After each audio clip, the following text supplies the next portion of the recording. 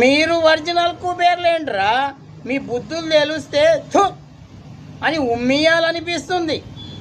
అడ్డదారుల్లో అరాచకీయాలు చేసి వేల కోట్ల బ్లాక్ మనీలు సంపాదించారు. అర్థమవుతుందా? 3 రోజులు అయ్యింది ఓ నిరుద్యోగి రోడ్డుపై తిండి లేక అల్లాడుతున్నాడు. కానీ ఓ 100 రూపాయలు ఇచ్చి ఆ నిరుద్యోగికి తిండి పెడదామన్న బుద్ధి మానవత్వం మీకు లేనే లేదు.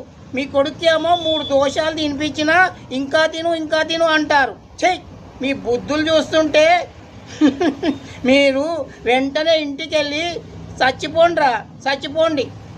కనీసం మీ వంశంలో వచ్చే వారైనా మానవత్వంతో పుట్టాలని ఆ దేవుణ్ణి నేను కోరుకుంటున్నాను.